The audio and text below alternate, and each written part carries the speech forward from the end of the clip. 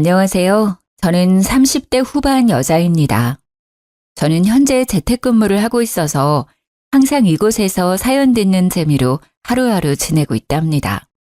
특히 사이다 한 잔 쭉 마신 것처럼 시원시원한 결말의 사연을 들으면 하루의 스트레스가 날아가더라고요.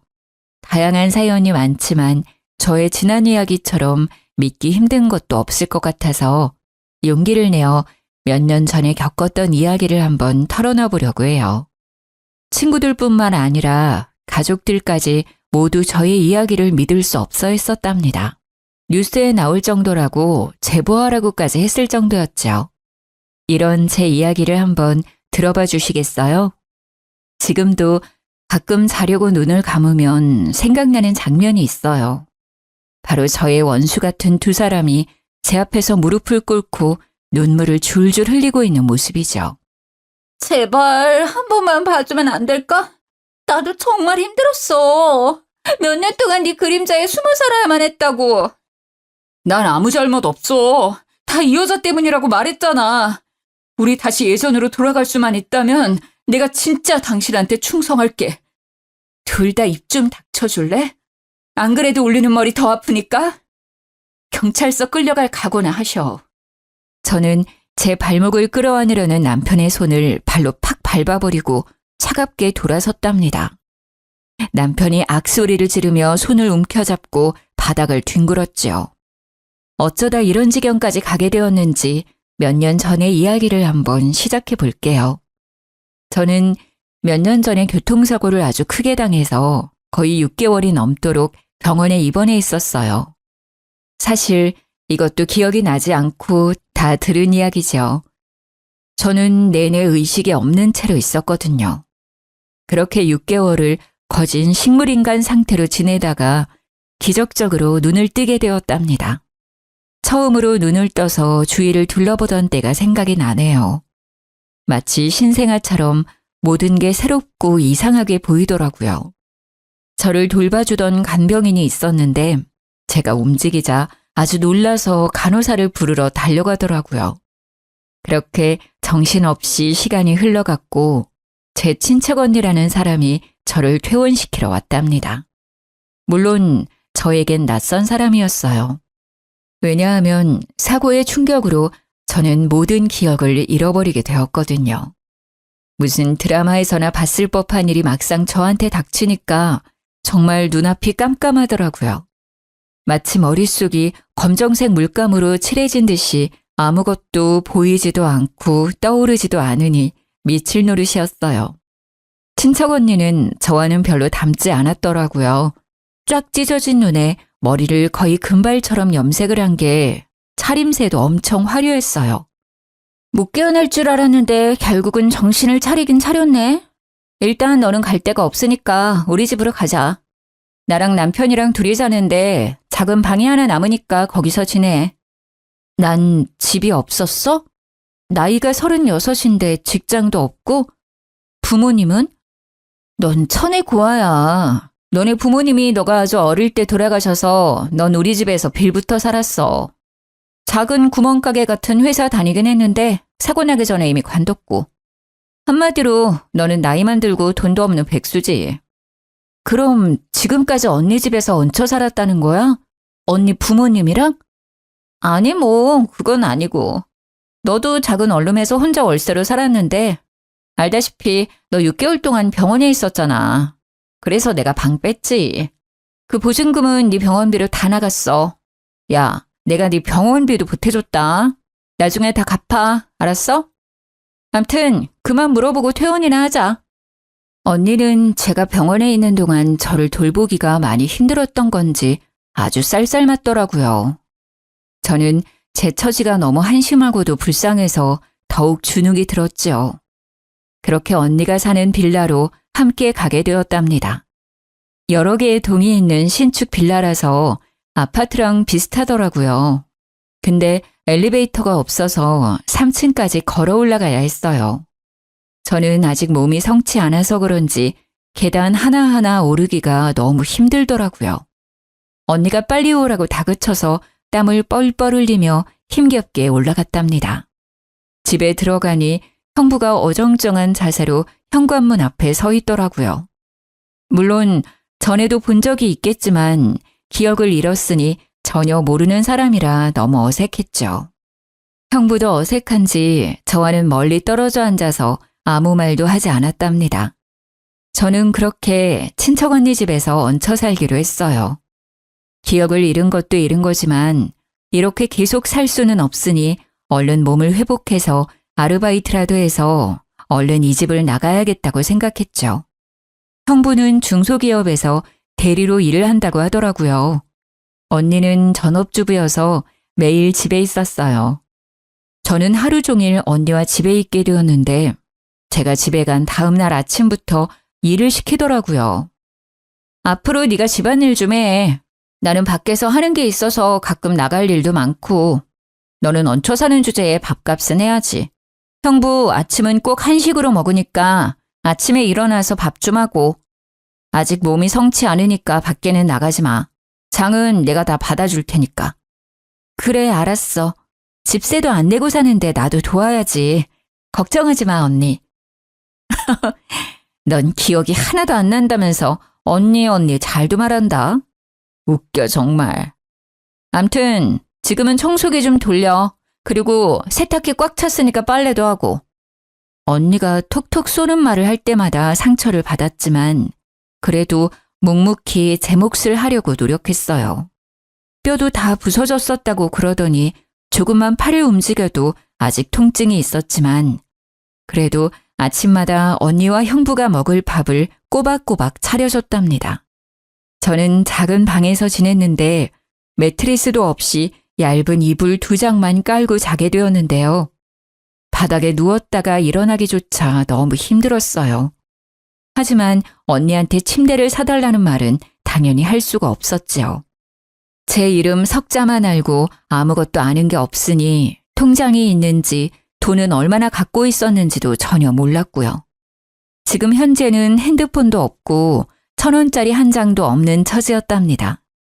저는 아침에 밥을 차려놓고 형부가 나와서 먹기 전에 제 방으로 들어갔거든요.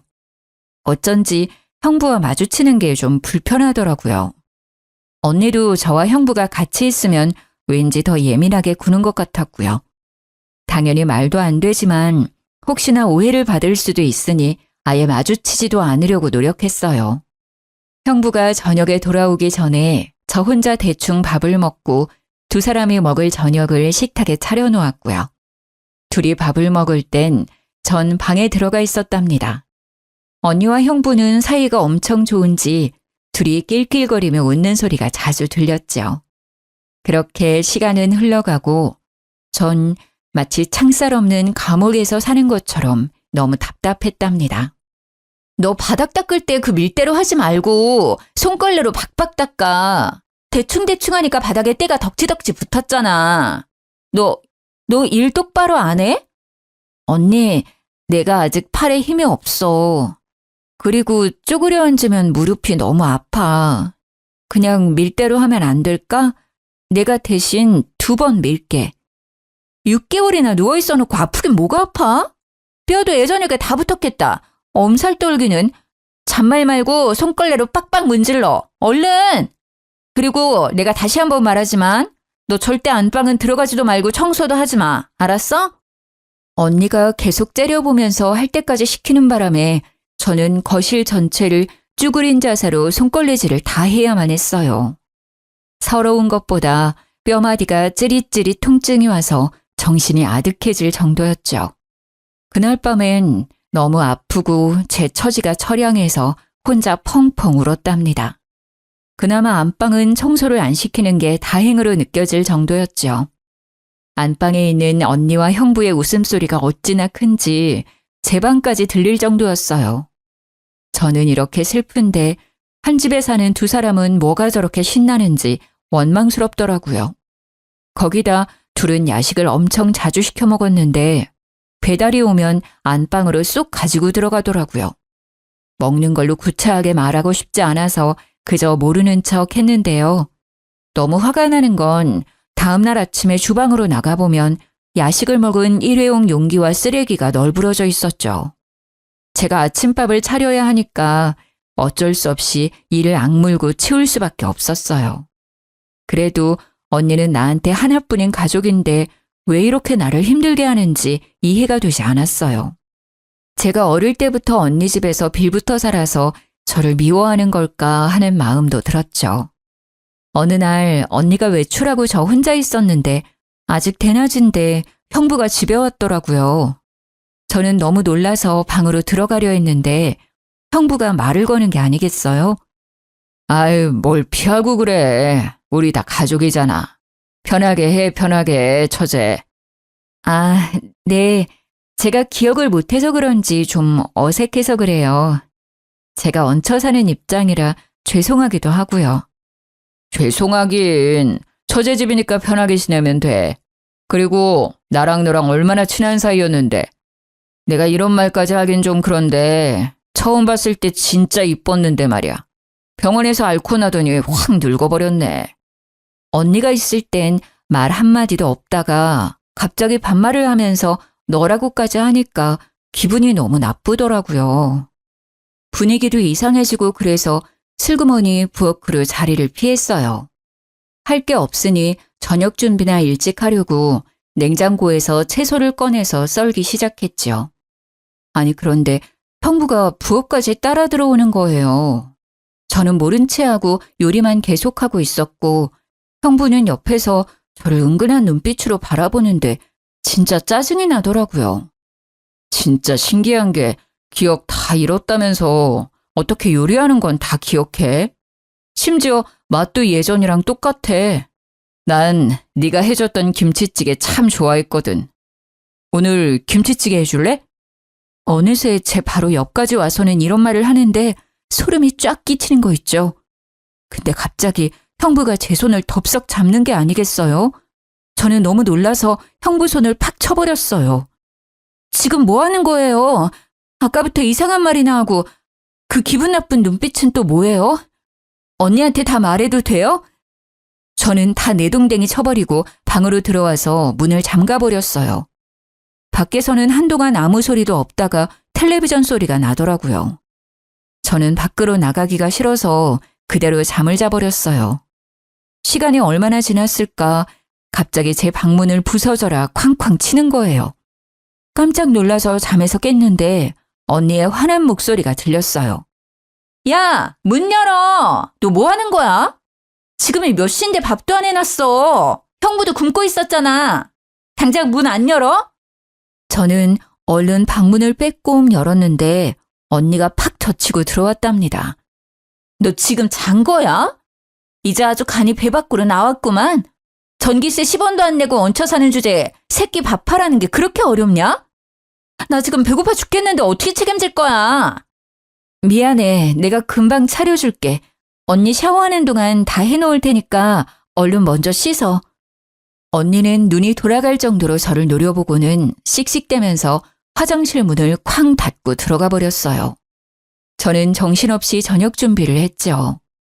거실에서 형부가 계속 저를 느긋하게 바라보는데 진짜 밥그릇을 던져버리고 싶을 정도로 너무 싫었답니다. 그때 화장실에서 나온 언니가 머리에 물을 뚝뚝 흘리면서 소리를 삑 지르더라고요. 당신 지금 뭘 그렇게 봐? 지금 누구 보냐고! 보긴 뭘 봐. 맛있는 냄새가 나서 메뉴가 뭔지 한번 보려고 그랬지. 배고파 죽겠네.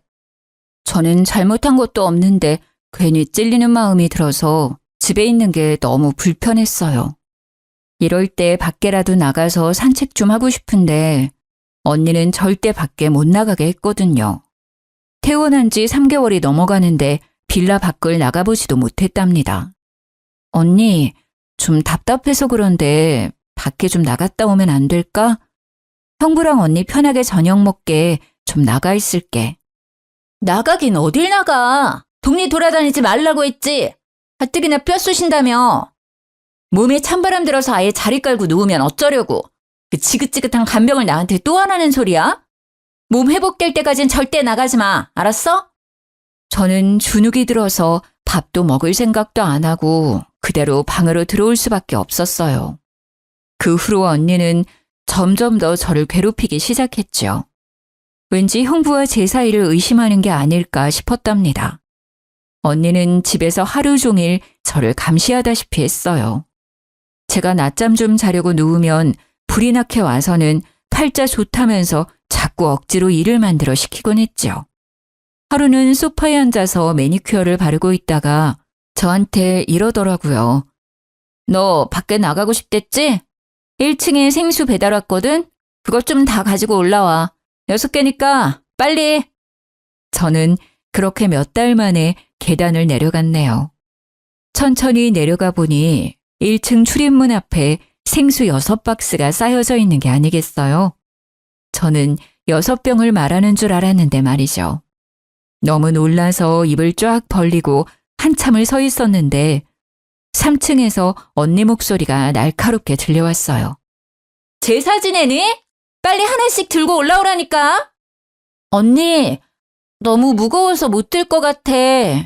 혼자 계단 올라가는 것도 힘든데 이걸 어떻게 들고 올라가. 해보지도 않고 깨부터 쓰는 거 봐. 일단 들어봐. 그런 것도 해야 힘도 기르는 거지. 빨리. 저는 울상을 지으며 한 박스를 들고 계단을 오르기 시작했어요. 이를 악물고 한 계단씩 내딛는데 진짜 힘들더라고요. 땀을 뻘뻘 흘리면서 한 박스를 겨우 갖다 놓았답니다. 안간힘을 써서 두 번째 박스를 올려다 놓았는데 진짜 몸에 경련이 오는 것처럼 뻣뻣해지더라고요. 제 모습을 보고 언니도 놀랐던지 한마디 했죠. 야, 됐다. 하나 더 날랐다간 아주 장사 지낼까 무섭네. 나머진 형부한테 하라고 할 테니까 들어와. 간신히 방까지 기어들어가서 이불에 누워 한참을 있으니 점점 몸이 안정이 되더라고요. 제가 생수 한 상자도 못 들 정도로 몸이 약해진 것도 너무 속상하고 이런 대우를 받으면서도 이 집에 붙어 있어야만 하는 제 처지가 너무 슬펐답니다. 아르바이트를 구하려고 해도 인터넷으로 좀 알아보고 해야 하는데 핸드폰이 없으니 너무 불편했어요. 세상 돌아가는 것도 하나도 모르고 진짜 감옥 안에 있는 것 같았죠. 그렇게 한 달 정도 더 흐르고 더 이상 참을 수가 없어서 언니한테 말을 해봤어요. 언니, 진짜 미안한데 나 핸드폰 하나만 구해주면 안 될까? 중고도 괜찮아. 맨날 집에만 있는 게 핸드폰이 왜 필요해? 이젠 좀 살만해졌나 보지? 나도 돈 없어. 코딱지만한 빌라에 사는 거 보면 몰라? 핸드폰 같은 소리 하고 있네 진짜. 언제까지 이렇게 얹혀 살 순 없잖아. 나도 일도 구하고 작은 방도 알아보고 하려면 핸드폰 하나는 있어야지. 부탁할게. 아이고, 생수 박스도 못 드는 게 밖에서 잘도 일을 하겠다. 돈 버는 게 장난이야? 넌 가만히 있는 게 도와주는 거야. 그딴 생각하지 말고 얼른 밥이나 해. 하루는 밖에 날씨가 너무 좋아서 바람을 너무 쐬고 싶더라고요. 마침 주말이라 언니와 형부도 오랜만에 나가더라고요. 저는 이때다 싶어서 잠깐만 나갔다 오려고 밖으로 나갔답니다.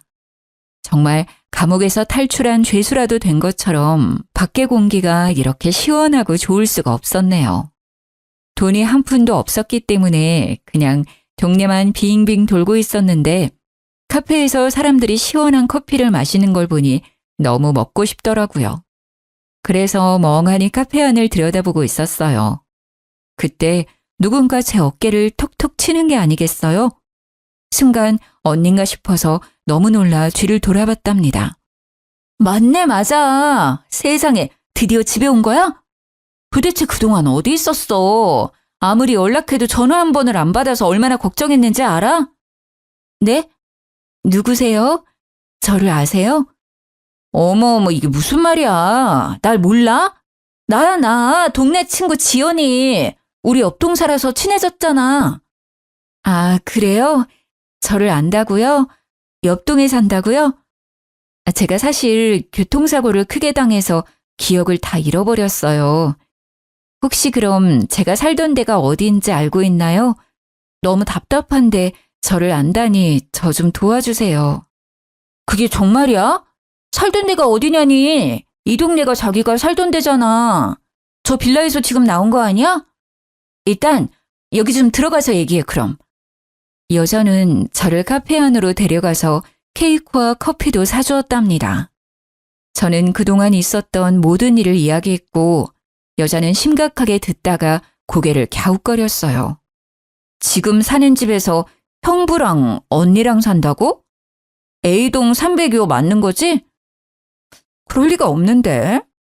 자기 남편은 어디 갔어? 남편이요? 제가 결혼을 했었어요? 전 부모님도 없고 지금까지 혼자 살았다고 그랬는데요. 부모님이 없다고? 자기 부모님 근처 사시잖아. 나도 뵌 적 있는데 무슨 소리야? 아니 도대체 이게 무슨 말인지 도통 이해가 안 가네. 일단 우리 집에 잠깐 들렀다가 내가 썼던 핸드폰 개통해서 줄 테니까 그걸로 연락하자. 친구라는 여자는 진짜 제가 사는 빌라의 옆동에 살고 있었어요. 집에 들어가니 왠지 낯설지 않은 기분이 들었답니다.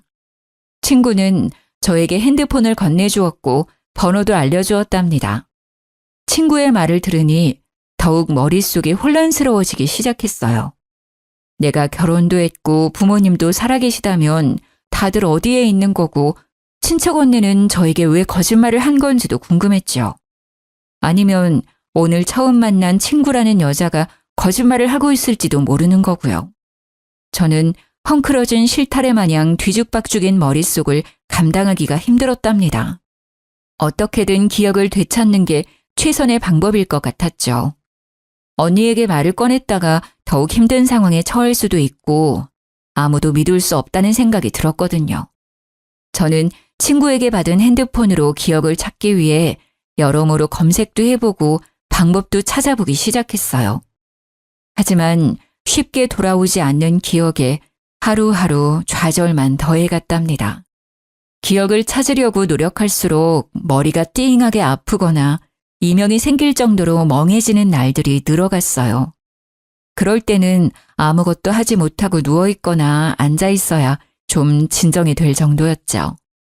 그날도 갑자기 귓속부터 삐익 울리며 머리 전체가 쿵쿵 울리길래 거실 소파에 주저앉아 있었어요.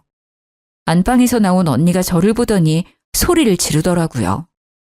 야, 앉아서 뭐하니? 형 볼 시간 다 됐는데 쌀도 안 씻어놨네. 이게 또 기어오르려고 아주. 당장 안 일어나? 저는 대답도 못할 정도로 머리가 울려서 그저 얼굴만 찡그리고 움직이지 못하고 있었어요. 언니는 제가 대답을 안 하자 더욱 화를 내기 시작했죠. 이게 이젠 대꾸도 하네? 그래, 내가 지금까지 너무 착하게 대했지? 이게 아주 기어올라. 언니는 순식간에 제 머리채를 잡고 흔들기 시작했답니다. 저는 너무 아파서 악 소리를 질러댔어요. 언니는 제 머리를 좌우로 흔들어대더니 팍 놓아버리더라고요. 제가 바닥에 주저앉아 있자 제 뒤통수를 빡 갈기는 게 아니겠어요? 저는 순간 억 소리를 지르며 몸이 앞으로 구부러졌죠. 갑자기 머릿속에서 번개가 치는 것처럼 번쩍하더니 마치 전선이 이어지는 것 같이 찌릿찌릿하더라고요. 나 너무 머리가 아파. 이게 무슨 짓이야? 왜 머리채를 잡아? 진짜 언니 맞아? 왜 이렇게 나를 괴롭혀? 저는 언니를 돌아보고 소리를 질렀어요. 그때 또 귀가 멍해지더니 머릿속에 전기가 오르는 것 같았어요. 그러면서 순간적으로 예전 기억이 사진처럼 짧게 스쳐 지나갔죠. 저는 기억이 조금씩 돌아오고 있다는 걸 본능적으로 느낄 수 있었답니다. 그런데 정말 이상한 게 스쳐 지나간 기억 중에서 형부의 얼굴이 선명하게 보였다는 점이었어요. 저는 형부가 너무 불편하고 싫은 마음까지 있어서 그런지 왜 형부의 얼굴이 크게 보였는지 이상했죠. 예전에 형부가 말한 대로 진짜 친한 사이였나 싶은 생각도 들었답니다. 언니의 감시를 받으며 집에서만 지내야 하는 시간이 계속되었지만 핸드폰이 있었기 때문에 친구와 연락하면서 점점 저에 대해 더 알아갈 수 있었어요. 저는 사고당하기 전까지도 직장에 다녔었는데 심지어 꽤 괜찮은 회사였더라고요. 혹시나 하고 제가 일했다는 부서에 전화를 해봤는데 전화를 받은 직원이 진짜 저를 알고 반가워하는 게 아니겠어요? 대리님, 도대체 어떻게 된 거예요? 오랫동안 출근을 안 하시더니 하루아침에 갑자기 그만두셔서 얼마나 걱정을 했는지 아세요? 아, 저 정말 미안한데 나중에 다 설명해 줄 테니까 혹시 저에 관한 서류 좀 받아볼 수 있을까요? 인사팀에 좀 요청 좀 해주시겠어요? 직원은 제 인사 기록을 메일로 보내주었고 저는 이제야 제 이름이 뭔지 무슨 삶을 살았었는지 조금은 확인할 수 있었어요. 확실한 건 친구의 말이 사실이었고 친척 언니의 말은 모두 거짓일 가능성이 커졌다는 거였죠. 이제 보니 언니가 알려준 제 이름조차 가짜였거든요. 저는 솟구쳐오르는 분노를 숨기면서 예전과 똑같이 언니를 대했어요. 언니가 외출해서 안방에 들어갈 날만을 기다렸죠. 언니는 나갈 때마다 안방 문을 잠그고 다니는데 예전에 청소할 때 열쇠 꾸러미를 발견한 적이 있었거든요. 아마도 그 꾸러미 중에 안방 열쇠도 있을 것 같다는 확신이 들어서 열쇠 꾸러미는 제 방에 숨겨놓고 있었답니다. 그렇게 안방에 들어갈 기회만 호시탐탐 노리고 있었는데요. 드디어 언니가 친구들을 만난다며 쫙 빼입고는 외출을 하더라고요. 저는 언니가 나가자마자 열쇠 꾸러미들의 열쇠를 모두 다 넣어보고 안방 열쇠를 찾을 수 있었어요. 그리고 안방으로 들어가게 되었죠. 딱 들어가자마자 머릿속에서 어떤 기억이 싹 스쳐가면서 침대며 가구 배치가 낯설지가 않다고 느꼈답니다. 저는 옷장을 열어서 알아낼 게 없는지 다 뒤져보기 시작했죠. 그런데 옷장에 아무렇게나 쌓여있는 옷들을 봤는데 친척 언니가 평소에 입는 옷들은 아니더라고요. 언니의 스타일과도 거리가 멀었고 오히려 제 취향에 가깝다는 생각이 들었어요. 그렇게 열심히 훑어보고 있는데 옷장 뒤쪽에서 딱딱한 게 만져지더라고요. 무슨 커다란 액자 같아서 낑낑대면서 꺼내봤죠. 저는 액자 속의 사진을 보고 너무 충격을 받아 입을 다물 수가 없었답니다. 결혼사진이었는데 형부 옆에서 웃고 있는 건 다름 아닌 저였기 때문이죠. 갑자기 눈앞이 흐릿해지더니 저는 그만 까무러치고 말았어요. 얼마나 시간이 흘렀는지 깨어나 보니 제가 액자 앞에서 쓰러져 있더라고요. 정신을 차려보니 머리도 깨질 듯이 아파왔어요. 저는 한참 동안 머리를 손으로 꽉 누르면서 통증이 멈추길 기다렸고 동시에 모든 기억이 돌아왔다는 걸 직감적으로 깨달았답니다. 그동안 있었던 모든 일들이 파노라마처럼 빠르게 스쳐 지나갔고 제가 처한 기막힌 현실도 깨달을 수 있었어요. 저는 충격과 배신감으로 몸을 부들부들 떨면서 눈물을 줄줄 흘렸답니다. 저를 퇴원시키고 이 집으로 데려온 친척 언니는 바로 남편의 상간녀였습니다. 그 여자와 처음 대면하던 날이 떠오르더라고요. 남편은 꽤나 자상한 성격이었고 퇴근 시간도 잘 지켰기 때문에 바람을 필 거라는 생각은 전혀 하지 못했었어요. 저도 회사 일이 너무 바쁘고 피곤해서 사실 남편에게 신경을 덜 쓰기도 했죠. 나이가 꽤 있는데도 아직 아이가 생기지 않은 것도 남편과 사이가 멀어지는 하나의 이유였을 거예요. 어느 날 어떤 여자가 대뜸 전화를 했더라고요. 김민철 씨 와이프 되시죠? 오늘 시간 되면 좀 만나죠. 남편에 대해 할 말이 있어요. 누구신데 갑자기 전화해서 남편 얘기를 꺼내시죠? 무슨 일인지도 모르고 그쪽 신상도 모르는데 내가 왜 그쪽을 만나야 돼요? 만나서 할 얘기니까 그렇죠. 저랑 그 사람 사랑하는 사이예요. 이 정도면 만날 이유는 충분하죠? 상간녀가 뭐 일이 당당한지 당황스럽고 남편이 그동안 저 몰래 다른 여자를 만났다는 게 믿기지가 않더라고요. 하지만 어차피 벌어진 일이고 증거라도 확실히 남겨야겠다 싶어서 그날 저녁에 카페에서 상간녀를 만났답니다. 민철 씨가 아직 내 얘기 안 했어요? 이혼 좀 해줘요. 민철 씨는 그쪽이랑 너무 헤어지고 싶어 해요. 참나. 그러니까 둘이 사랑하는 사이라는 거죠? 근데 왜 남편은 나한테 한마디도 안 꺼냈을까요? 그러니까 내가 이렇게 나선 거예요. 그쪽만 몰려나면 되니까 이혼 좀 하라고요. 그건 우리 부부 사이의 일이니까 그쪽은 상관 말아요.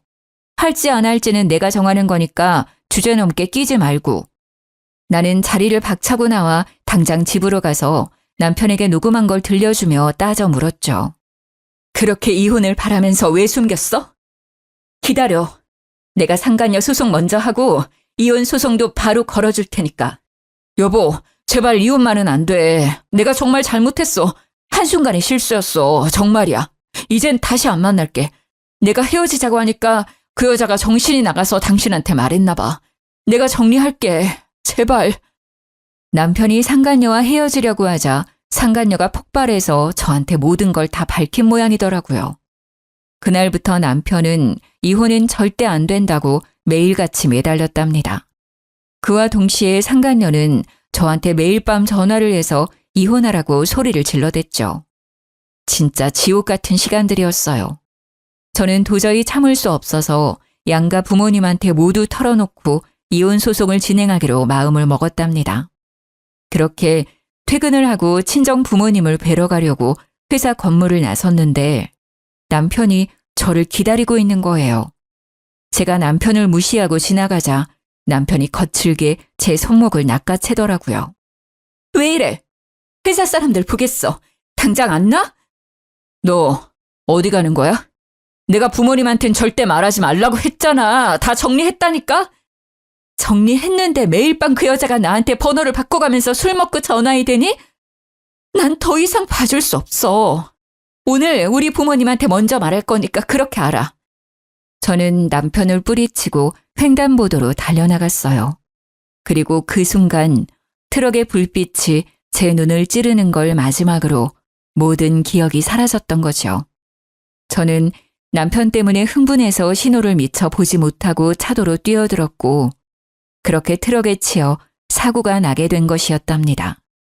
모든 기억을 찾은 저는 남편에게 전화를 걸었어요. 남편이 능글맞은 목소리로 전화를 받더군요. 처제가 웬일로 나한테 전화를 다 했어? 무슨 일이야? 언니 지금 집에 없어? 네, 언니 지금 집에 없는데요. 형부, 죄송한데 지금 바로 와주시면 안 될까요? 제가 몸이 안 좋아서요. 전화를 끊고 거의 1시간 만에 남편이 눈썹을 휘날리며 달려왔더군요.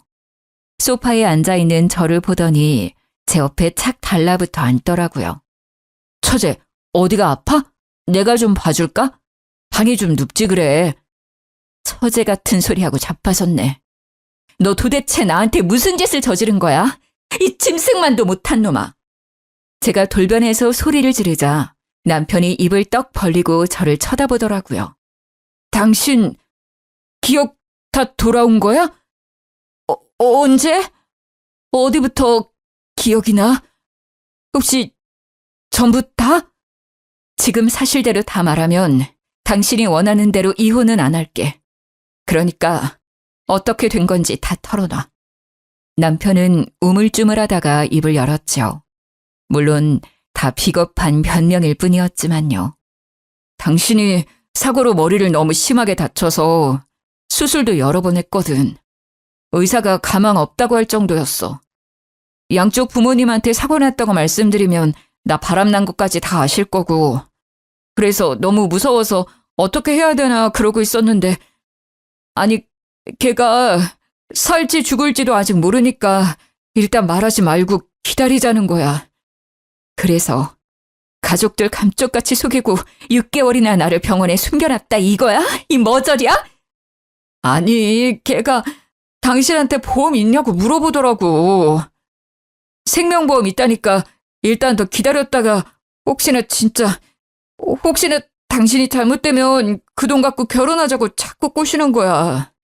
시간은 계속하니까 이젠 말하기도 너무 늦었고. 그런데 저는 6개월이나 계속 죽지 않고 살아있었던 거고 심지어 회복까지 된 거였죠. 그동안 남편은 제 가족들에게 제가 여행을 갔다느니 너무 바쁘다느니 계속 핑계를 대며 집에 찾아오지 못하게 막기까지 했던 것이요. 심지어 제 회사에 찾아가서는 제가 아프다면서 대신 사직서까지 제출했다는 거예요. 하루가 멀다 하고 야근까지 해가면서 치열하게 지켰던 자리였는데 제 보호자의 위치에 있다는 걸 이용해서 제 커리어까지 망가뜨린 거죠. 저는 남편이 벌인 이 기막히고 파렴치한 일에 치가 떨렸어요. 당신, 나랑 이혼하기 싫다면서. 그럼 내가 깨어났으면 예전처럼 잘 지낼 수 있었잖아. 어차피 기억도 하나도 못하는데. 나도 정말 그러고 싶었지. 근데 걔가 당신이 아무것도 기억 못하는 거 알고는 일을 이렇게 버린 거야. 난 진짜 하늘에 맹세코 당신을 속이고 싶지 않았어. 근데 걔가 협조 안 하면 부모님이랑 회사에도 다 알린다고 협박을 하는 거야. 진짜 나 걔 때문에 인생 조졌어, 여보. 다 걔가 꾸민 일이야. 믿어줘, 제발. 너희 둘이 짜고 나를 집에 데려와서 그렇게 식모처럼 부려먹었는데 걔 혼자 꾸민 거라고? 손뼉도 마주쳐야 소리가 나는 법이야. 너는 하기 싫었다면서 밤마다 그년이랑 그렇게 신나게 웃어댔어? 제가 남편을 쏘아보며 따지고 있는데 현관문 여는 소리가 들렸어요. 상간녀가 살짝 술에 취해서 들어오더라고요. 상간녀는 저와 남편이 나란히 앉아있는 걸 보고는 눈이 돌아서 악을 써댔죠. 뭐야? 왜 둘이 붙어있어? 너 지금 형부한테 뭐 하는 짓이야? 오갈 데 없는 거 걷어주니까 은혜도 모르고. 내 집에서 먹여주고 잠도 재워준 건 나지. 이 분수도 모르는 게 어디서 나대. 남의 집에서 집주인 행세하니까 기분 좋지? 진짜 네 남편, 네 집이라도 된 거 같았어? 제가 상간녀 눈을 쏘아보며 차갑게 비웃어주자 상간녀의 눈이 속절없이 흔들리기 시작했어요. 그동안 이렇게 보잘것없는 여자가 진짜 친척 언니인 줄 알고 삼시세끼 밥을 해다 바치고 옷을 빨아서 다림질까지 해주면서 지냈었다니 어이가 없어서 웃음도 안 나오더라고요. 저는 심지어 오갈 데 없는 천혜고아인 저를 진짜 거둬준 줄 알고 고맙고도 미안한 마음을 느끼고 있었거든요. 저를 속였던 상간녀 못지않게 지금껏 속아온 제 자신에게도 용서 못할 정도로 화가 날 정도였답니다. 뭐야? 기억이 다 돌아온 거야? 그렇다고 해도 달라질 게 뭐 있어? 이 꼴을 당하고도 이혼을 안 하고 살겠다고? 과연 내 남편도 너랑 같은 생각일까? 어쩌니? 내가 보기엔 네가 세상에서 제일 불쌍한 것 같은데. 저는 일부러 이혼을 안 한다고 하면서 남편이 진실을 털어놓도록 만들었던 거였어요. 그래서 남편이 했던 말을 다 녹음했었고 상간녀에게 바로 들려줬죠. 남편의 말을 듣고 있던 상간녀의 얼굴이 벌개지면서 점점 울상으로 일그러지기 시작했어요. 다 내가 꾸민 일이라고? 야, 네가 보험금 탈 때까지 기다리자며. 내가 그동안 너 때문에 얼마나 고생을 했는데 네가 나한테 이럴 수 있어? 나한테 다 뒤집어 씌우겠다 이거야? 야, 다 너 때문이야. 내가 진작에 헤어지자고 했잖아. 네가 멀쩡한 가정을 파탄낸 거고 다 네가 저지른 거야. 내 인생 책임져. 상간녀가 분에 못 참아 남편의 뺨을 세게 때렸답니다. 그러자 남편이 눈이 돌아가면서 상간녀의 머리채를 휘어잡고 마구 흔들기 시작하더라고요. 저는 둘이 보기 흉하게 육탄전을 벌이는 모습을 소파에 앉아 물끄러미 바라보았답니다. 얼마 지나지 않아 힘이 빠졌는지 둘이 씩씩대며 서로 노려보고 있더라고요. 저는 조용히 두 사람 앞으로 다가갔죠. 그리고는 남편과 상간녀의 뺨을 번갈아가며 세게 내리쳤어요. 제가 몸이 약해져서 그런지 마음먹은 것처럼 때리지를 못하니 너무 속상하더라고요. 때릴 사람은 난데 왜 니네 둘이 치고받고 난리야. 서로 그만 탓하고 너희 둘이 사이좋게 같이 콩밥 먹으러 들어갈 거니까 각오나 하고 있어. 그때 남편이 무릎을 꿇고는 종아리를 잡고 늘어졌어요. 상간녀도 그 옆에 털썩 주저앉더라고요. 여보, 제발 한 번만 용서해줘. 앞으로 허튼 짓 안 하고 당신 말만 듣고 살게. 제발 한 번만 믿어줘. 아니, 솔직히 우리가 무슨 잘못을 했어? 사고로 다친 사람 옆에서 간병해주고 병원비 내주고 집까지 데려와서 돌봐준 건데? 뭘로 콩밥을 먹일 건데? 법이나 알고 그딴 소리 하는 거야? 따지고 보니 그러네. 내가 남편이고 보호자인데 내가 사고난 배우자 돌봐준 걸로 감옥을 갈 순 없잖아. 그러는 너는 법을 잘 아나 봐? 그니까 누구 말이 맞을지 두고 보자고. 경찰 오면 얘기하라고. 뭐? 경찰? 내가 왜? 내가 왜 경찰서에 가야 돼? 상간녀가 저를 위협하듯이 확 다가와서 때릴 것 같은 포즈를 취하는 게 아니겠어요? 자기의 잘못을 전혀 반성하지 않는 모습에 기가 막히더라고요. 그때 마침 제 연락을 받고 오신 친정 부모님이 현관문을 박차고 들어오셨답니다. 이 짐승만도 못한 놈아. 네가 감히 우리를 속이고 내 딸을 못 보게 숨겼다 이거야? 바람까지 핀 주제에? 너 이놈, 오늘 네 제삿날이다. 친정아버지는 남편을 마구잡이로 때리기 시작했어요. 남편은 몸을 수그린 채 맞기만 하고 있었답니다. 친정어머니는 그 사이에 상간녀의 머리채를 잡고 마구 쥐어뜯기 시작하셨죠. 상간녀의 비명소리가 어찌나 큰지 빌라 전체에 울려 퍼질 정도였어요. 그 소란이 벌어지는 사이 미리 연락해두었던 경찰도 집으로 들어왔답니다. 두 사람은 나란히 수갑이 채워진 채로 현장에서 체포되었어요. 밤에 소란스러운 소리와 경찰까지 출동하자 빌라 앞은 구경하는 사람들로 가득했죠. 저는 부끄러운 건 아는지 얼굴을 애써 가리며 경찰차에 오르는 두 사람을 창가로 바라보았답니다. 그날 이후로 남편과는 다시는 만나지 않았어요. 두 사람은 죄질이 워낙 나빴기 때문에 다양한 죄목을 적용받아서 재판을 앞두고 있는 형편이 되었죠. 변호사 말로는 감옥에 갈 확률이 높다고 하더라고요. 제가 건 이혼 소송과 상간녀 소송은 그 두 사람에겐 제일 약한 재판이었을 거예요. 저는 위자료로 공동명의였던 빌라를 받을 수 있었답니다. 상간녀에게 위자료를 받아낸 것은 당연한 거였고요. 저는 그 집에서 당했던 일은 생각도 하기 싫었기에 바로 빌라를 팔아버렸어요. 그리고 지금은 친정 부모님과 함께 지내고 있답니다. 아직 사고 후유증으로 몸이 약해진 상태라서 간단한 재택근무를 하면서 지내고 있죠.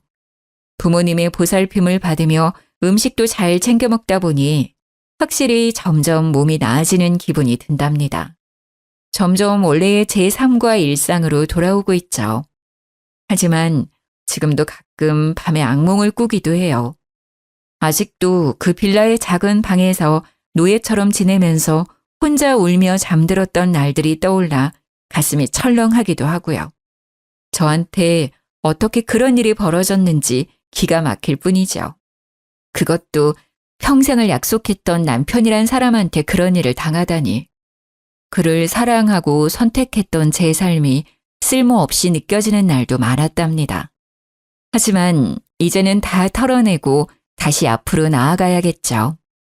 지금 이 사연을 들으시는 분들도 힘든 일이 분명히 있으실 거예요.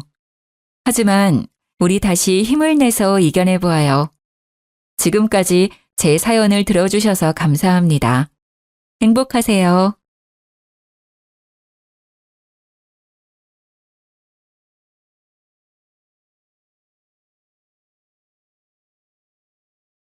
안녕하세요. 지방에 살고 있는 30대 초반 여자입니다. 혹시 이번 태풍은 잘 넘기셨나요? 아니면 아직 여러분 사는 곳은 여전히 태풍이 지나가는 중일까요?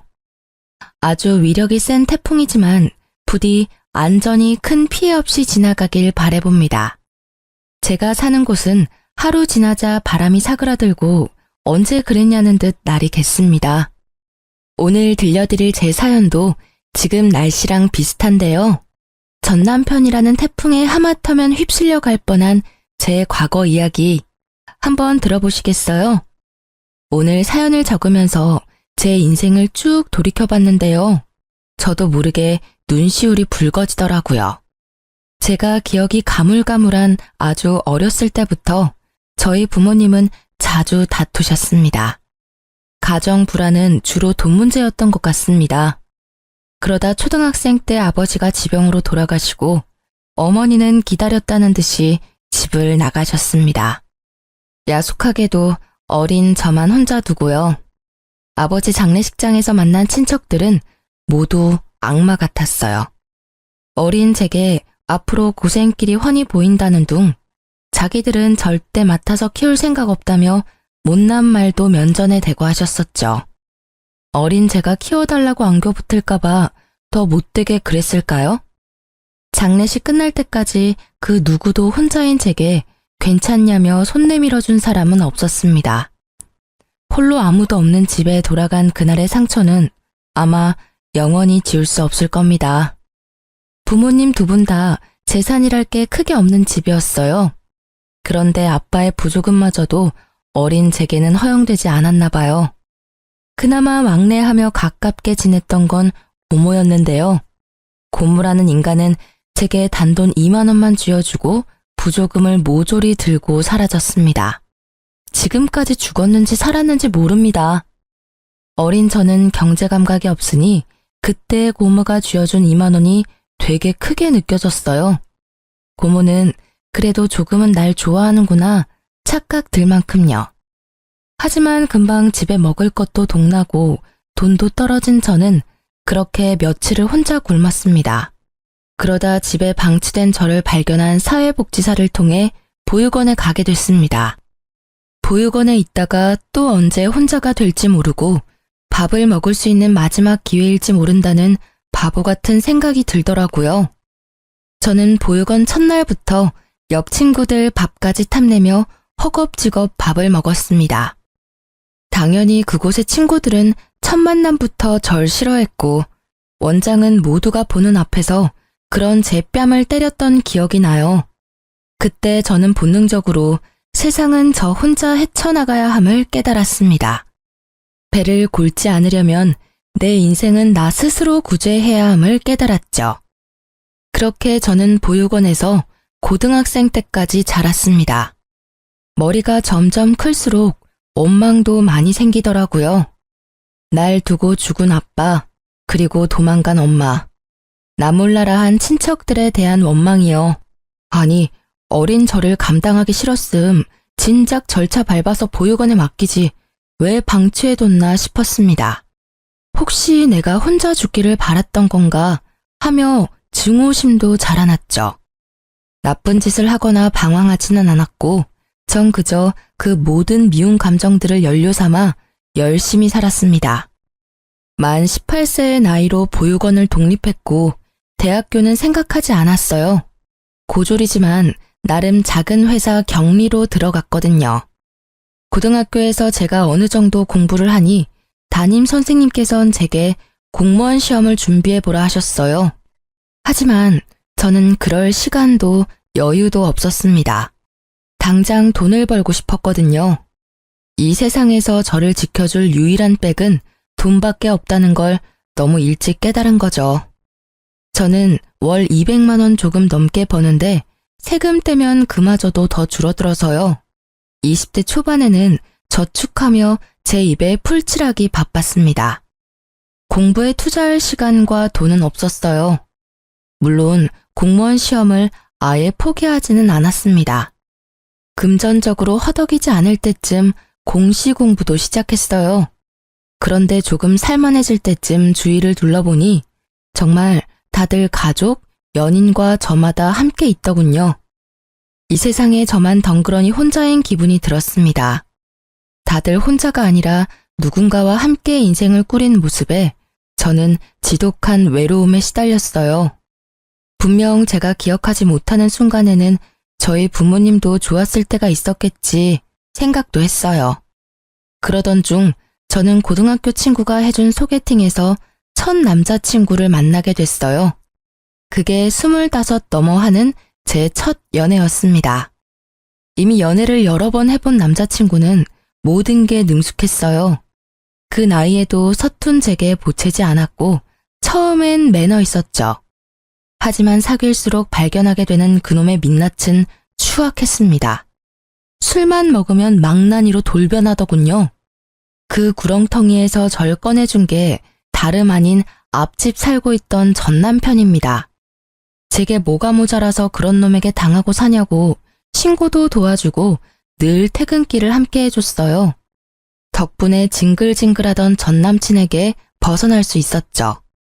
아무도 제게 손을 내밀지 않던 제 세상에 먼저 손 내밀어준 남편이 너무 고마웠어요. 게다가 그 사람은 술, 담배는 입에도 안 댔어요. 심지어 직업이 공무원인 남자를 보며 저 역시 덩달아 학구열도 불타오르더라고요. 나름 새로운 꿈과 욕심이 생긴 저는 9급 공무원 시험을 준비했습니다. 그 당시 남자친구였던 남편도 잘 될 거라며 옆에서 많이 응원해줬어요. 그리고 지금껏 혼자 살아온 제 얘기를 듣고 본인이 겪은 일처럼 많이 아파했습니다. 자기는 혼자서 어떻게 그렇게 예쁘고 참하게 잘 컸어? 그동안 정말 고생 많았어. 앞으로는 내가 있으니까 걱정하지 마. 평생 자기 외롭지 않게 내가 지켜줄게. 그리고 한치의 의심 없이 절 지켜주겠다던 그의 청혼을 받아들였습니다. 그렇게 세상 따뜻했던 남자친구는 남편으로 한 식구가 되자마자 제게 무리한 요구를 했어요. 여보, 이제 결혼했으니까 회사는 그만두는 게 어때? 왜? 나 9급 시험 떨어졌을까봐? 나 진짜 열심히 공부하고 있으니까 걱정 마. 그리고 회사 다니면서 공부하는 게 마음 편해. 섣불리 오래 다닌 내 첫 직장 그만두는 건 좀 무섭거든. 시험 합격하면 그만두려고. 뭔 소리야? 합격이라니. 설마 진짜 당신이 9급에 붙을 거라 생각하는 거야? 그게 무슨 뜻이야? 말 그대로야.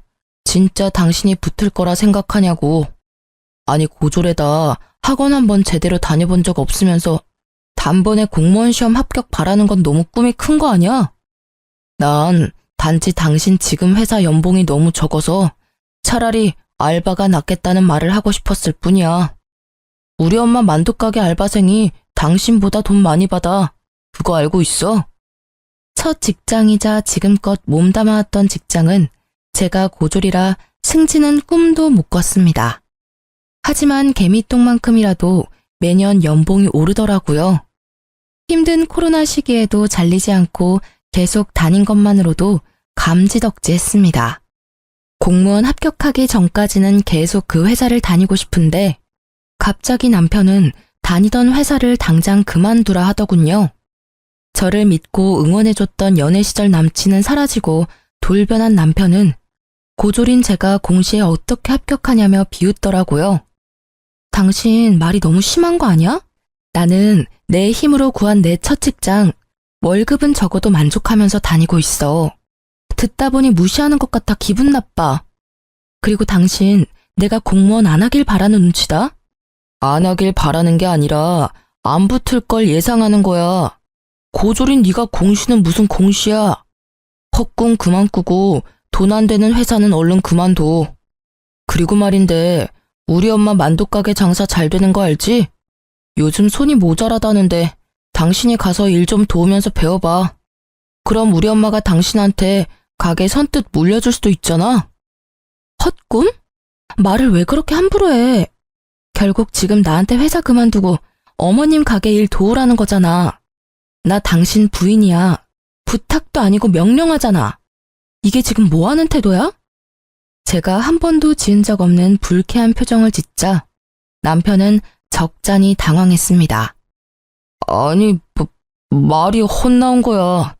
난 그냥 당신 비전도 없는 회사에서 개고생하는 게 싫어서 그랬지. 아무리 그래도 말이 어가 다르고 어가 다르지. 그래, 나 고졸이다. 고졸이 뭐가 어때서? 난 떳떳해. 내가 혼자 어떻게 졸업한 학교인데. 미안해. 일단 진정 좀 하고 내 말 좀 들어봐.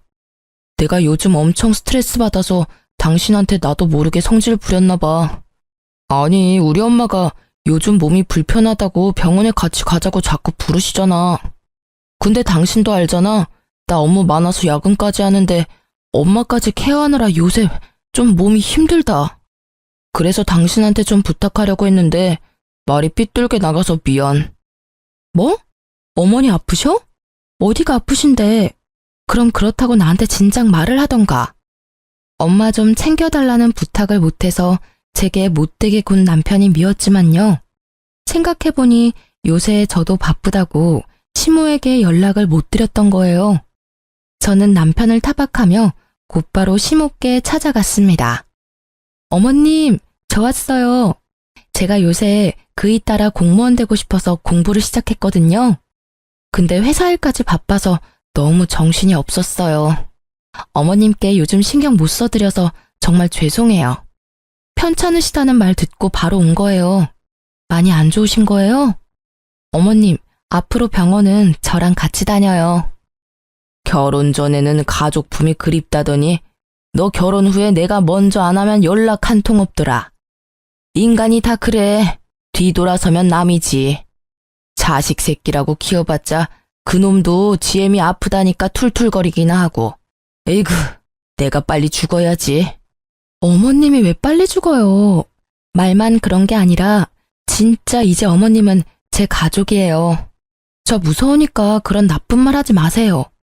저희 때문에 많이 속상하셨죠? 근데 저도 좀 속상해요. 몸이 안 좋으시면 툴툴거리는 아들 말고 저한테 전화하시지 그러셨어요. 제가 불편할까봐 안 하셨죠? 저 괜찮으니까 앞으로는 무슨 일 생기면 무조건 저한테 전화 주세요. 아셨죠? 이그, 너 지금 내 가게 보고 나한테 아양 부리는 거지? 이 가게 어차피 너 물려줄 생각 없으니 꿈도 꾸지 마라. 어머님, 저도 만두 빚으면서 평생 살기 싫거든요. 저는 제가 좋아하는 일 하면서 살 거예요. 당분간만 도와드리는 거니까 월급은 제가 전에 있던 직장보다 많이 주셔야 해요. 뭐? 회사를 그만뒀어? 네, 저 회사 그만뒀어요. 글쎄, 쥐꼬리만한 월급이라고 남편이 바가지로 엄청 긁어대더라고요. 지는 뭐 벌면 얼마나 번다고? 혹시 나 때문이냐? 너 어떻게 들어간 회사인 거 내가 들어서 뻔히 아는데. 맞죠? 어머님, 그 사람 진짜 너무해요. 그러니까 저 남편보다 월급 더 많이 주셔야 해요. 사실 회사는 저 승진시켜줄 생각도 없는데 계속 붙잡고 있었던 것도 뭐 제 자격지심이죠. 제가 처음으로 이뤄내고 지켜낸 자리니까요. 하지만 지금 내려놓아도 저는 괜찮아요. 그 회사보다 전 어머님이 더 중요하거든요.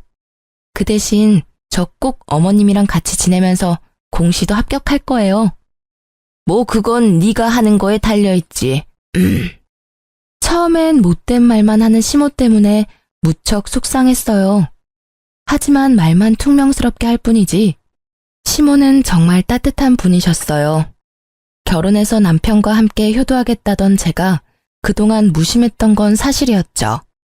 그래서 서운했던 게 생각 안 나게 시모께 더욱 잘해드리려 노력했습니다. 그렇게 저는 일주일에 한 번 시모 병원을 따라다니면서 평일에는 만두가게에서 일했어요. 저는 어머님의 재산이 얼마인지 그 작은 만두가게의 가치가 얼마인지 잘 몰랐는데요.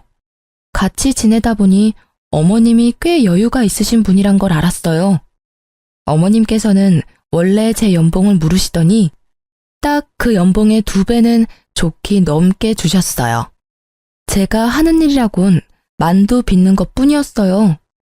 만두소는 어머님께서 직접 만들고 만두는 직원들과 함께 빚었습니다.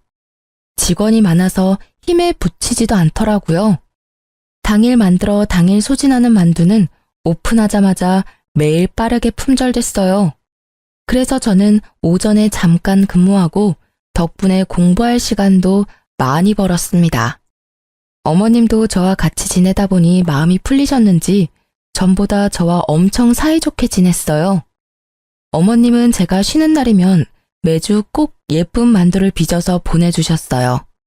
아들 말고 며느리 먹으라고 순수 빚어주신 거였어요. 그리곤 어머님은 항상 덕담을 잊지 않으셨습니다. 예쁜 만두 먹고 예쁜 손주 보렴. 그건 살면서 처음 느껴보는 따뜻함이었습니다. 친엄마보다 시모가 더 엄마 같다는 생각이 들었어요. 남편이 제게 회사를 그만두라고 엄청 못되게 굴었었잖아요. 그 이후로는 자기 대신 어머니를 챙겨줘서 고맙다고 제 손을 꼭 붙잡고 울먹이며 말했습니다. 저번에 보졸이 어떻다니 당신 상처받게 해서 진짜 미안해. 정말 내가 이 은혜는 평생 안 잊을게. 당신이 엄마한테 해준 만큼 내가 2배, 3배 잘할게. 너무 고마워. 당신 덕분에 우리 엄마가 요즘 행복해 보이셔. 남편이 굳이 뭘 더 노력하지 않아도 어머님이랑 모녀처럼 지내는 시간이 저도 행복했어요.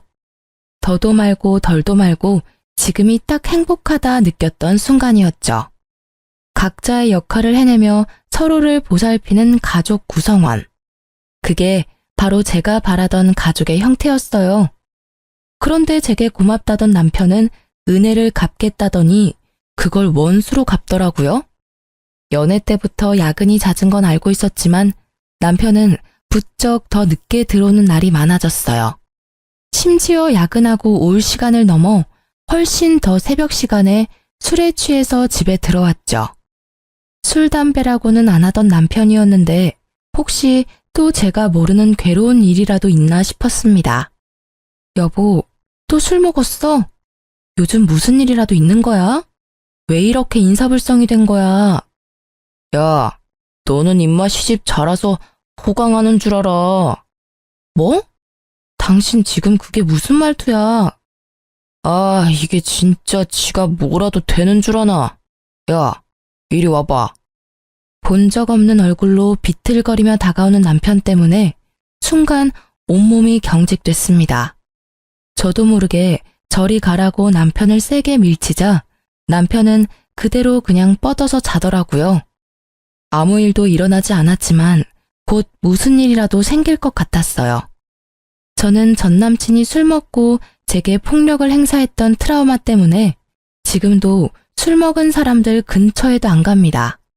그런데 가장 가까이 지내는 남편이 취객처럼 굴자 심장이 미친 듯이 뛰었죠.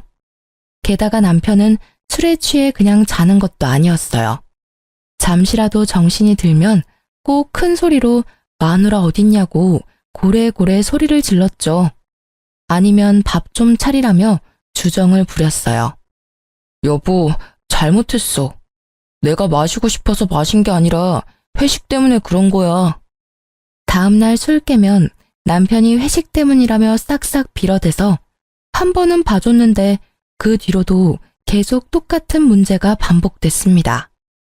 저는 가게 때문에 남편보다 일찍 출근하고 남편이랑 그 문제에 대해서 제대로 대화할 시간이 없더라고요.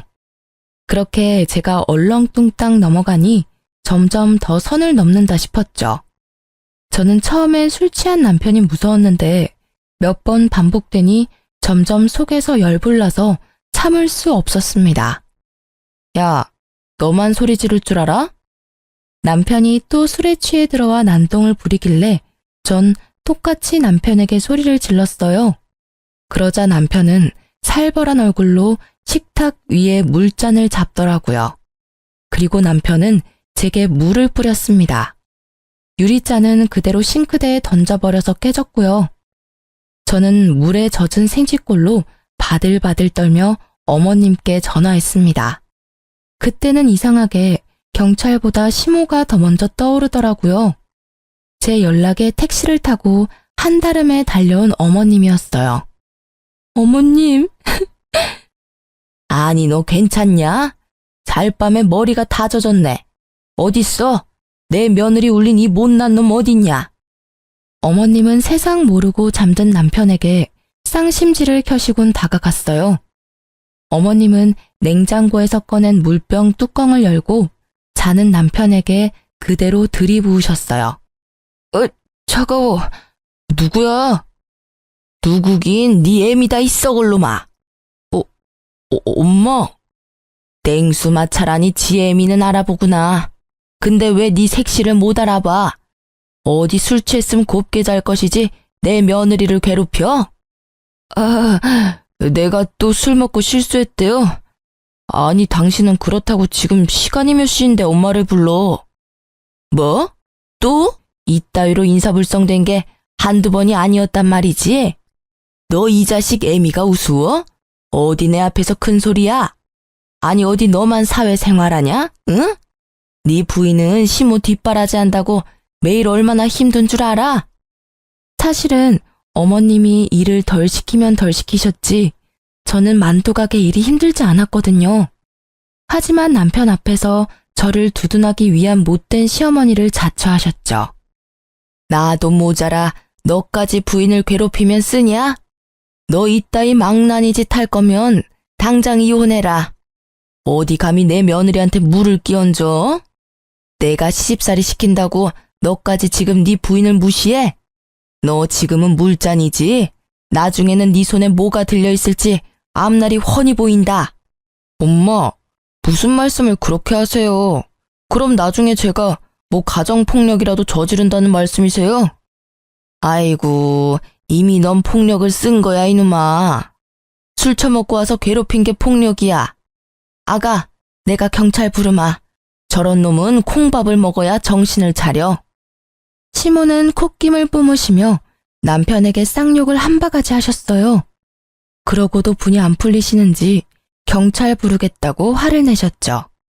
그러자 남편은 상황 파악이 됐는지 무릎까지 꿇은 채로 빌고 또 빌더라고요. 엄마, 무슨 경찰은 경찰이야. 나 공무원이에요. 이러지 마세요. 어? 여보, 내가 다 잘못했어. 다시는 안 그럴게. 그러니까 우리 엄마 좀 말려봐. 저놈 사과하는 꼬라지 봐라. 그게 사과냐?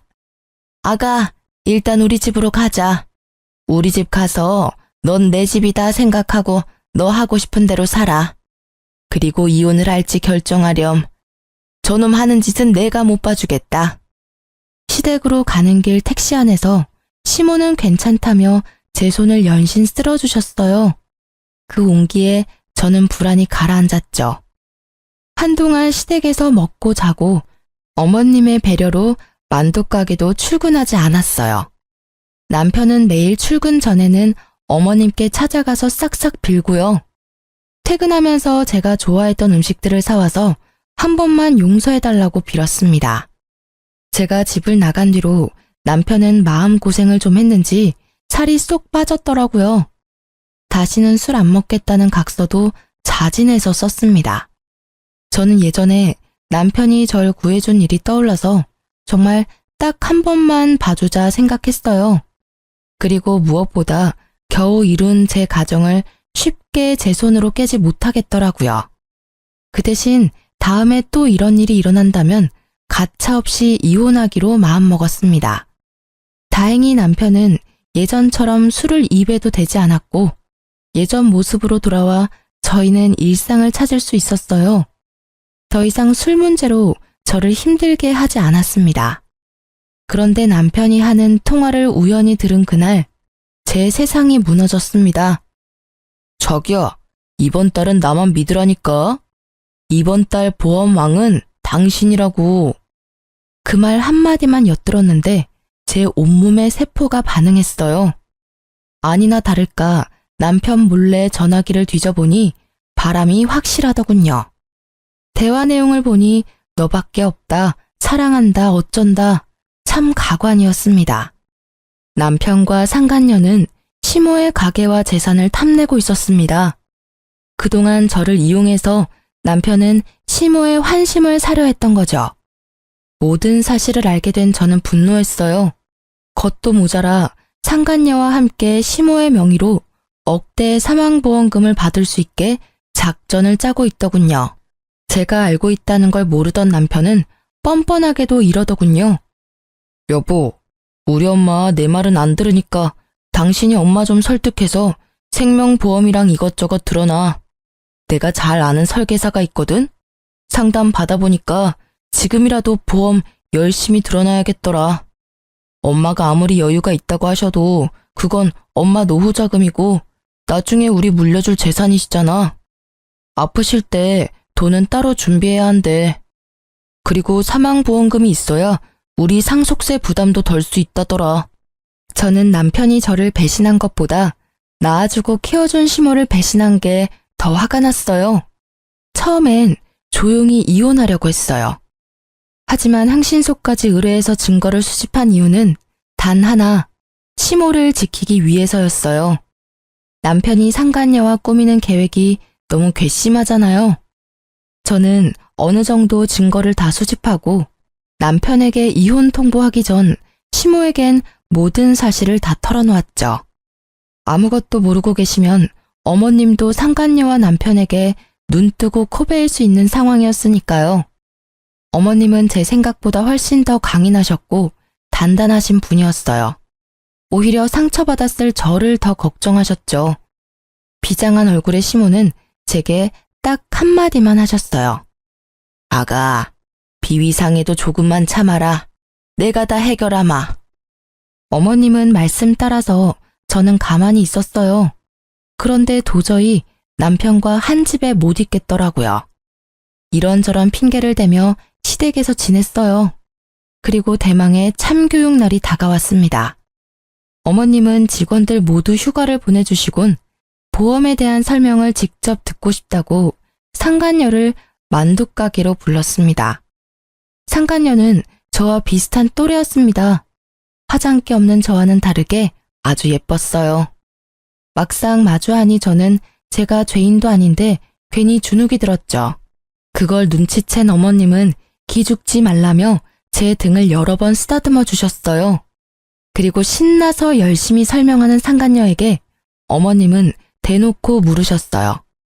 그쪽은 보통 상품을 팔 때 연애도 하는 겁니까? 네? 어머님, 그게 무슨 말씀이신지. 누가 네 어머님이야? 야, 이 몹쓸 거사. 어디 팔라는 보험은 안 팔고 다른 걸 팔고 있어? 무슨 소리시냐고요? 얘 끼놈아. 뭔 소린지 몰라서 물어? 상간녀는 얼굴이 붉어져서 벼랑간 소리를 꽥 지르더라고요. 이내 뭔가 눈치를 챘는지 자리에서 일어난 상간녀를 시모는 가만두지 않으셨어요. 왜 이러세요? 이거 놓으세요. 상간녀의 머리채를 순식간에 잡아챈 어머님은 만두소를 비비듯 상간녀의 머리를 허공에 마구 비비셨어요. 너, 네가 일하는 보험회사에 당장 같이 가자. 앞장서. 내가 내 아들이랑 너랑 바람난 거 회사에 항의하려니까. 어디 감히 되도 않는 꿍꿍이로 접근했어? 뭐 내 가게를 받아서 홀라당 팔아먹겠다고? 그것도 모자라서 내가 죽으면 그 돈으로 내 쓰레기 같은 아들이랑 호의호식하겠다고? 아니 인연 이거 상간녀 주제에 꿈도 크다. 근데 이거 어쩌나? 내가 대대로 장수하는 집안 딸이야. 내가 쉽게 죽을 것 같아? 어디 평생 내 시집살이나 하면서 같이 늙어볼 티어? 평소에 보지 못했던 어머님의 구수한 욕설에 저는 깜짝 놀랐어요. 상간녀는 무릎 꿇고 바닥에 엎드려 빌며 울더라고요. 화장이 눈물에 다 지워진 상간녀의 얼굴을 보자 저는 떳떳한 제 민낯이 더 예쁘다는 생각마저 들었습니다. 제발 회사에는 연락하지 말아주세요. 네? 제가 정말 하라는 대로 다 할게요. 지금까지 어떻게 올라온 자리인데요. 저 정말 개고생하며 살았다고요. 남자 하나 잘못 만나서 제 인생 망치기 싫습니다. 그리고 저 평소에 고객님들한테 딴 맘 안 품어요. 진짜 맹세코 이런 적 처음입니다. 아드님이 먼저 그러자고 제게 제안했다고요. 얼씨구, 당장 네 회사 가서 내 앞으로 된 보험 싹 다 해지하고 내 아들한테는 아직 이야기하지 마. 이야기했다간 그날 바로 내가 너 회사 뒤집어 엎을 거야. 그놈은 내가 알아서 조질 테니까 모른 척하고 기다려. 네 최후는 어떻게 할지 내가 고민해 볼 테니까. 애초에 어머님 보험은 아직 들지도 않았어요. 다만 사모님 보험은 몇 개 들었거든요. 지금 회사 가서 제가 손해보더라도 당장 다 해지할게요. 그러니까 제발 저 한 번만 봐주세요. 내 보험을 들었다고요?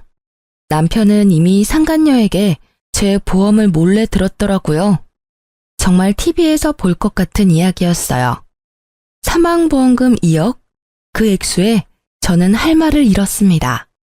어머님은 가슴을 치시며 본인이 미안하다고 우셨어요. 저는 어머님 잘못은 없다고 서로 껴안고 엄청 울었습니다. 상간녀는 그 사이 슬금슬금 도망가고요. 가게를 3일 이상 쉬어본 적 없는 어머님은 상간녀와 남편을 참교육하기 위해 일주일이나 문을 닫으셨어요. 저나 어머니나 둘 다 너무 가여운 인생이라 생각했습니다. 정신없이 저와 함께 우시던 어머님은 이럴 때가 아니라며 제게 정신을 바짝 차리라고 하셨어요. 그리고 남편에게 전화해서 다음 계획을 실행하셨죠. 가게 땅값이 많이 올랐다고 남편을 부르자 남편은 할 일 제쳐두고 쏜살같이 가게로 달려왔습니다. 그래서 얼마나 올랐어요? 엄마 올랐을 때 파는 것도 나쁘지 않아요. 솔직히 엄마 이제 늙으셔서 앞으로 얼마나 장사하실 수 있을지 모르잖아요. 차라리 여기는 정리하고 우리 월세로 옮겨서 가게 다시 열어요. 네? 아무것도 모르는 남편은 싱글벙글한 얼굴로 가게 땅값이 얼마나 올랐냐고 묻더라고요. 아니, 떡 줄 사람 생각도 안 하는데 혼자 침까지 튀기며 흥분하는 남편 놈을 보는데 당장 멱살을 잡아 올리고 싶었어요. 하지만 꾹 참고 어머님의 행동을 지켜보기로 했죠. 그러자 어머님께서는 잡아먹을 듯한 표정을 하시곤 남편에게 이혼 서류에 도장을 찍으라 하셨어요. 이혼 서류다. 긴 말 말고 도장 찍어라. 너네 둘 갈라서 나 그동안 많이 참았다. 며느리 예쁘게 보려고 노력했어. 하지만 도대체 정이 안 가는 걸 어떡하니? 일도 곧잘 할 줄 알았는데 아직까지 혼자 만두 하나 제대로 못 빚어. 이런 애한테 내 가게를 맡길 바에 딴 사람한테 파는 게 낫지. 며느리 하나 잘 키워서 간병인 돈 굿나 했는데 차라리 그 돈으로 나중에 전문 간병인이나 두는 게 낫겠어. 그러니 팔기 전에 이혼 먼저 시켜야지. 엄마 잘 만난 내 아들 덕에 며느리 호강하는 꼴? 난 못 본다. 어머님, 어떻게 말씀을 그렇게 하세요? 네? 두 사람 잘 지내는 줄 알았는데. 어떡할 거냐? 쟤랑 이혼할 거야 말 거야. 이혼하면 하나밖에 없는 아들한테 다 물려주고 안 하면 국물도 없다. 네 가정 지킬래 아님 내 돈 다 네가 가질래? 당연히 난 엄마 편이죠. 당신 엄마한테 얼마나 서운하게 했으면 엄마가 저러셔? 안타깝지만 난 효자라서 엄마 말씀대로 할 거야. 위자료는 꿈도 꾸지 마. 아닌 거 당신이 제일 잘 알잖아. 내가 어머님 잘 보살펴드려서 고맙다며. 그래서 당신 나한테 은혜 갚는다며. 근데 어떻게 이래? 저는 미리 어머님과 계획한 대로 남편에게 매달리는 척도 해봤어요. 하지만 남편은 두말하지 않고 냉정하게 이혼 서류에 도장을 찍더라고요. 도장이 찍히자마자 시모는 만두 담는 쟁반으로 남편 싸대기를 날렸습니다. 남편 고개가 돌아갈 정도로 세게 때리셨죠. 그러자 턱을 붙잡고 남편은 소리쳤어요. 엄마, 왜 이러세요? 갑자기 미친 거예요? 이런 썩을 문디 자식이 아주 지그 아빠랑 똑같네. 아주 똑배 닮아서 조광지처 눈에 피눈물 흘리게 하네. 남편은 무슨 일인지 파악하느라 두 눈을 요리조리 굴렸어요. 저는 상간녀에게 전화를 걸어 남편에게 내밀었어요. 받아봐. 누군데? 여보세요? 고객님, 저예요. 그동안 사모님 몰래 들어놓은 보험 계약은 다 해지됐습니다. 보험료 냈던 건 전부는 못 돌려받아요. 받을 수 있는 건 전부 사모님한테 입금해 놓겠습니다. 야, 이 미친, 뭐라고? 남편은 상간녀의 목소리를 바로 알아보더라고요. 남편 놈은 그제서야 상황을 눈치챘는지 시모와 제게 번갈아가며 손이 발이 되도록 빌었습니다. 이혼 도장 순순히 찍어줘서 정말 고마워. 여보, 오해야. 그런 거 아니야. 엄마 진짜 아니에요. 저 보험 사기꾼이 저한테 접근해서 속은 것 뿐이에요. 야, 맘 같아선 네 재산, 네 직장 다 뺏고 싶은데 더러워서 손도 대기 싫어서 가만히 있는 거야. 그러니까 그 입 다물어. 어머님이 널 어떻게 키워주셨는데 이래? 아가, 저런 쓰레기랑 더 말 섞을 필요도 없다. 너 당장 짐 싸서 우리 눈앞에서 사라져라. 난 이제 아들 따위 없는 걸로 하마. 엄마, 왜 이러셔 진짜? 소미 네가 이제부터 내 딸 해라. 어머님, 내가 너 입양 절차 알아봤다. 자, 서류 받아라. 너도 마음의 준비할 시간이 필요할 테니 잘 생각해봐라. 이놈이랑 이혼하고 나한테 와. 내가 너 꽃길만 걷게 해줄 테니. 이제부터 모든 재산 권리는 우리 소미한테 줄 거야. 어머니, 정신 차리세요. 노망 났어요? 얘는 피 하나 안 섞인 남이라고요. 너 엄마를 어떻게 구워 삶은 거야? 어머님의 폭탄 발언에 남편 놈은 눈을 희번덕거리며 제게 달려들었죠. 시모는 기다렸다는 듯 경찰에게 연락했어요. 여보세요? 거기 땡땡 경찰서죠? 여기 땡땡 만두집인데. 응, 나야 나 송 사장. 아, 웬 망나니가 와서 가게를 쑥대밭으로 만들고 있잖아. 얼른 와봐. 엄마, 누가 네 엄마야 이 자식아? 엄마가 어떻게 이래? 자식한테 어떻게 이러냐고. 남편을 혼내는 어머님의 몸이 미세하게 떨리는 걸 알고 저는 급하게 남편을 가로막고 말했습니다. 너야말로 자식이 어떻게 그래? 상간녀랑 보험 사기단으로 잡혀가고 싶지? 나도 모르는 보험 가입한 거 문제 안 될 줄 알았나 봐. 어머님 앞에서 더 추한 꼴 보이지 말고 얼른 꺼져. 남편 놈은 정말 땅을 치며 발악하더군요. 그래봤자 그놈에게 더 이상 남은 거라곤 아무것도 없었어요. 경찰이 오고 이 댁 아드님 아니냐고 묻는데 어머님은 외면했습니다. 그래, 못난 내 아들 맞아. 데리고 있다가 정신 차리면 훈방 조치 부탁해. 가게에서 난동 부린 건 사실이니까. 기운이 다 빠진 남편은 더 이상 제게도 시모에게도 달려들지 않았습니다. 조용히 경찰을 따라가더군요. 너무 큰일을 겪으셔서 혹시나 쓰러지실까봐 저는 내내 어머님 곁을 지켰네요. 어머님은 아들에게 보여주기 식이 아니라 정말 저를 입양할 계획이셨어요. 난 정말 소민이가 내 딸 같아. 우리가 이런 인연으로 엮였지만 안 좋게 끝내고 싶지는 않구나. 난 진심으로 널 가족이라 생각한단다. 어머님 마음 저 잘 알아요. 누가 뭐래도 저 어머님 가족이에요. 저 사람이랑 이혼했더라도 여전히 어머님은 제 어머님이세요.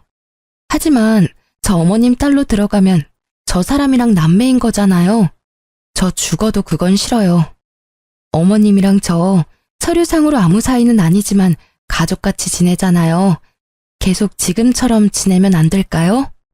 가족이 되면 더 많은 것들이 내게 돌아갈 텐데 난 그게 아쉬운 거야. 소미 넌 아쉽지 않니? 어머님, 저는 지금도 좋아요. 시모는 제가 끝끝내 입양은 만류했더니 살짝 서운해하셨죠. 하지만 서운해하시는 것도 정말 잠시였어요. 어머님께서는 제 가족이 못 돼준다면 든든한 백은 되어주겠다 하셨죠. 그 약속을 지키시겠다며 그동안 모았던 재산 반은 좋은 기부처에 기부했고 반은 제게 주셨습니다. 그리고는 제게 꼭 공시에 합격하라고 당부하셨어요. 너 공시 불합격하면 내가 준 돈 다시 다 돌려줘야 한다. 에이, 줬다 뺏는 게 어딨어요. 저는 아직도 전 시모, 아니 이제 엄마라고 부릅니다. 엄마랑 병원 갈 일 있으면 같이 가드려요. 공시는 다행히 한 번에 붙어서 받았던 재산은 돌려드리지 않았습니다.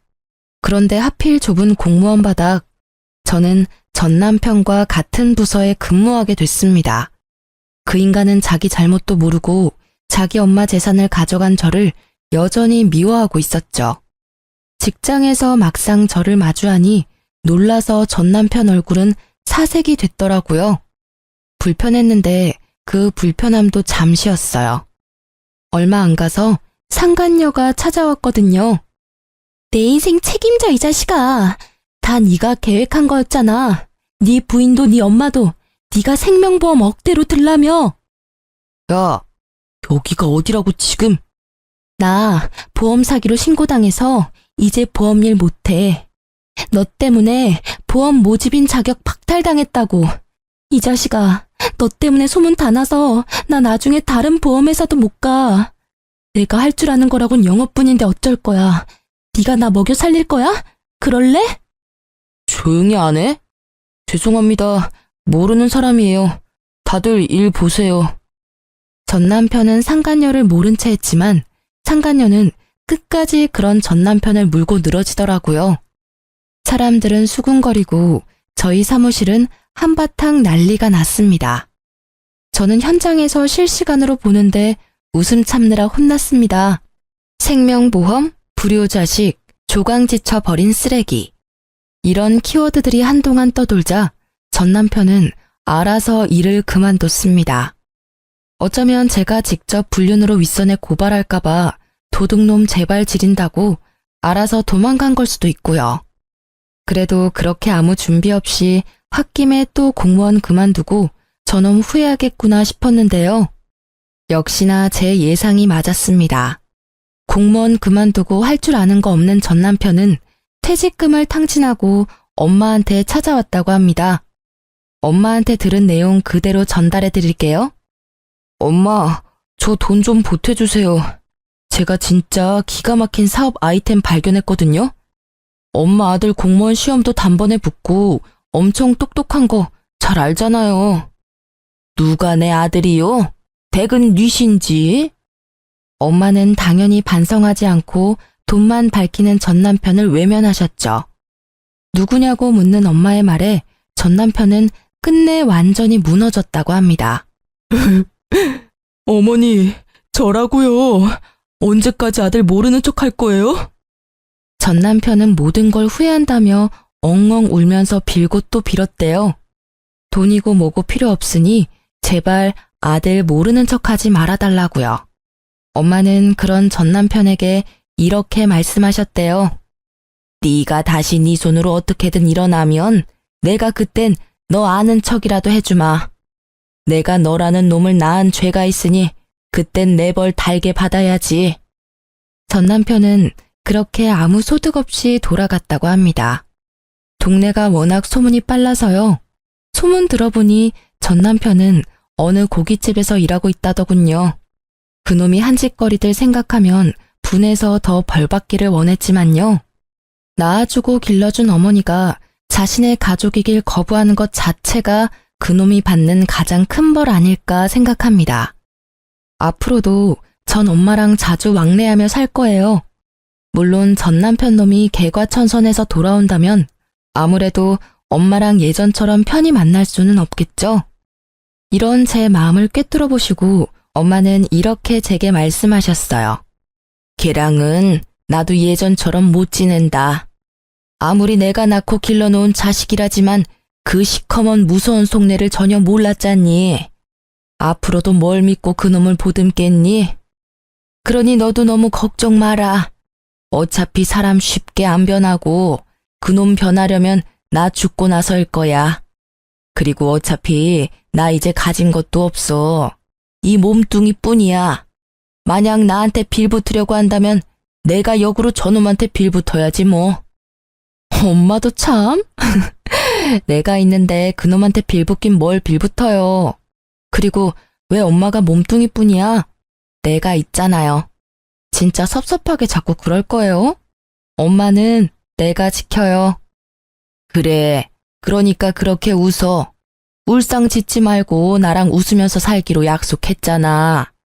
그래서 저는 나중 일은 우선 나중에 생각하고 지금은 최선을 다해 엄마와 사랑하며 지낼 거예요. 가족이 없었던 제게 전 남편은 상처만 주었지만 결국 제 곁에는 진심을 나눈 엄마가 남았네요. 그리고 어렵게 붙은 공무원 일도 열심히 잘 해내고 있어요. 다들 제게 친절히 대해주시고 일도 점점 적응하고 있답니다. 지금까지 제 긴 사연 들어주셔서 감사합니다.